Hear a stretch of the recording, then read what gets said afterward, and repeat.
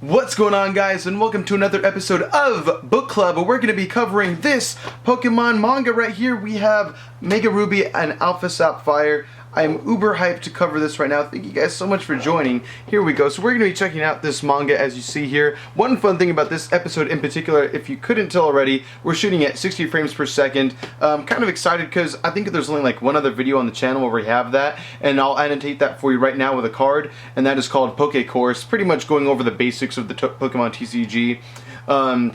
For beginners that aren't quite into the game quite yet, it teaches you some mechanics, teaches you how to at least get started in getting into the Pokemon TCG, whether you want to battle or trade or collect, what have you really. But anyway, that's neither here nor there. Let's cover this manga right here. We have volume 1 of Omega Ruby Alpha Sapphire, as I just stated. And one fun thing about this manga is that it is not a strict retelling of the past Omega Ruby and Alpha Sapphire that have come out years ago. No. This is a retelling, pretty much going over the video games. It's completely based on that lore, and a little extra. It gives you like a behind the scenes look at what was going on.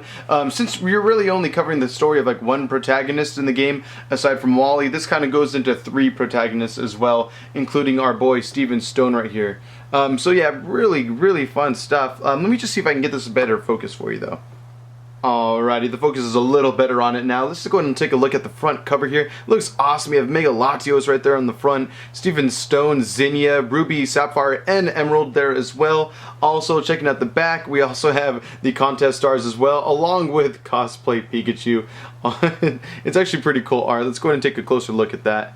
So yeah, if you guys couldn't tell already, let me see if I can get that better focus for you.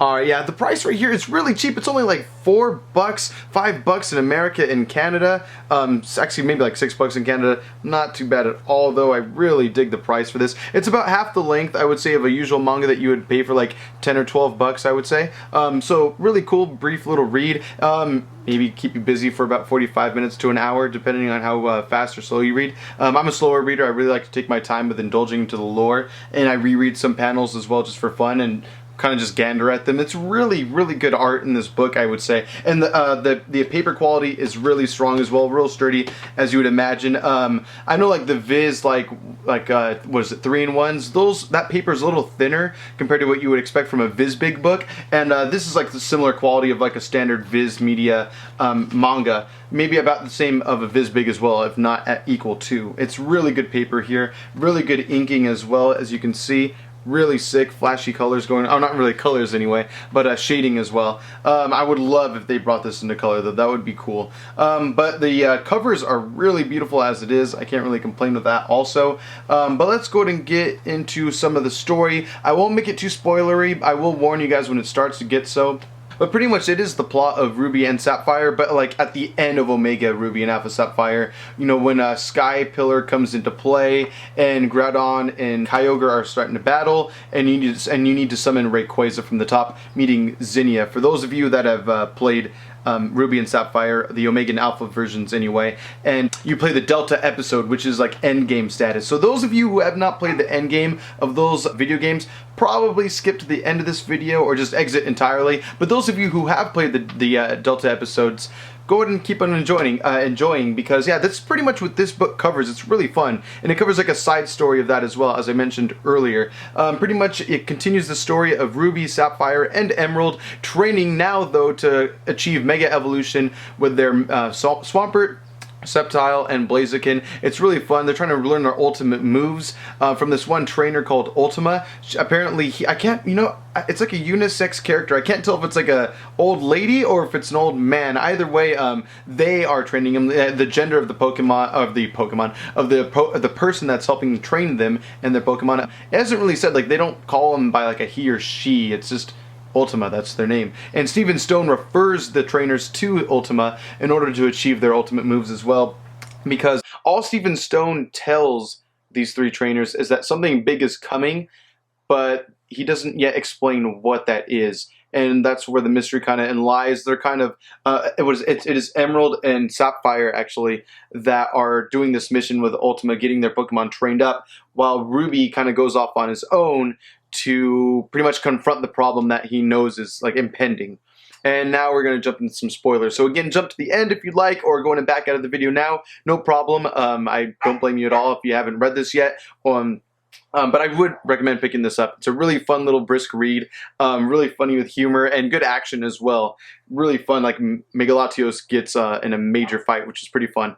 But anyway, yeah, it continues the story of these characters. Ruby goes off to Sky Pillar on his own. He does like one last Pokemon contest just to kind of train and have fun. But then he goes over to Sky Pillar, which is kind of a big deal because that's when he meets Zinnia as well. You can hardly see her on the cover, but it shows her face right there. And she's kind of a more playful character from what I remember in Delta, in the Delta episodes, I should say. You know, she's a little more spunky and more kind. And I always thought of her as more of like a dark and mysterious character in the Delta episodes.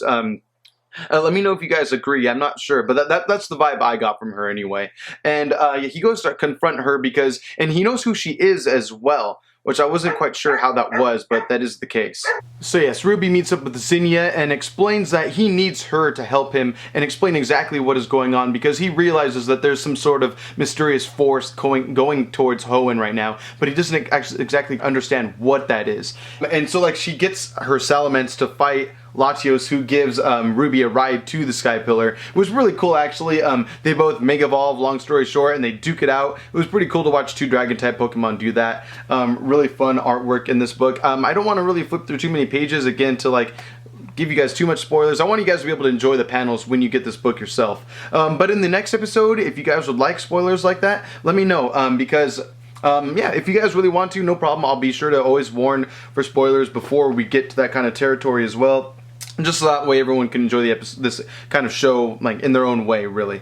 But yeah, really fun. Once Ruby kind of earns Zinnia's somewhat respect, she explains a little more what's going on. She realizes that there's some meteor coming down, similar to what's going on in the Delta episode of the video games, and that it changed course toward Hoenn, and now it's kind of on a collision course that's going to be landing in 10 days. Simultaneously, Stephen Stone understands that this is going on as well, and so then he contacts his father, who is friends with Drake, the Elite Four master, pretty much, and Mr. Briny as well, Captain Mr. Briny, I should say. So yeah, that is the issue going on with the book. These four people are in understanding, actually five if you include Zinnia as well, that there's a meteor coming. The Devon Corporation has noticed this as well as the Weather Institute in Hoenn. Everyone understands that this is happening, but they have no idea how to prevent it. The tension is starting to rise near the end of the volume, and then it kind of leads off and saying, you know, in 10 days, something's going on. They don't understand what. For those of you that have played the Delta episode, though, yeah, I'm sure you understand what is riding on that meteor, what's guiding it towards Hoenn in general. So I'm kind of excited to see how many volumes this is actually going to be, how far they're going to stretch it after this actually occurs. Yeah, I'm not quite sure. Excited to see. But the book says that the next volume is going to come out in December. Kind of a long wait. It's like 3 months away right now. Yeah, we're like in the middle of September right now. Not even the middle of September yet. So it's going to be a long wait just for a short book like this. I wonder why it's taking so long. But it's going to leave me eagerly waiting. And I'm going to be rereading this multiple times just to make sure that I'm all caught up with the story when Volume 2 does come out. So I hope you guys are looking forward to that. And if you like this episode of Book Club, please do click the like button. It helps out actually a lot because then other people are more easily able to find it with the more higher likes that it has. It kind of builds the reputation a little bit. If you like the show as well, please be sure to subscribe because the next episode will be coming when this volume comes out. I've been considering getting into more Pokemon manga as well as just normal manga in general, like other stuff from Viz Media and Shonen Jump, stuff like that. So if you have any recommendations, let me know in the comment section as well. You can tweet me with that, ajapplesauce. I'd be interested to hear what you guys have to say. Have a great one. Thanks so much for watching. Bye-bye.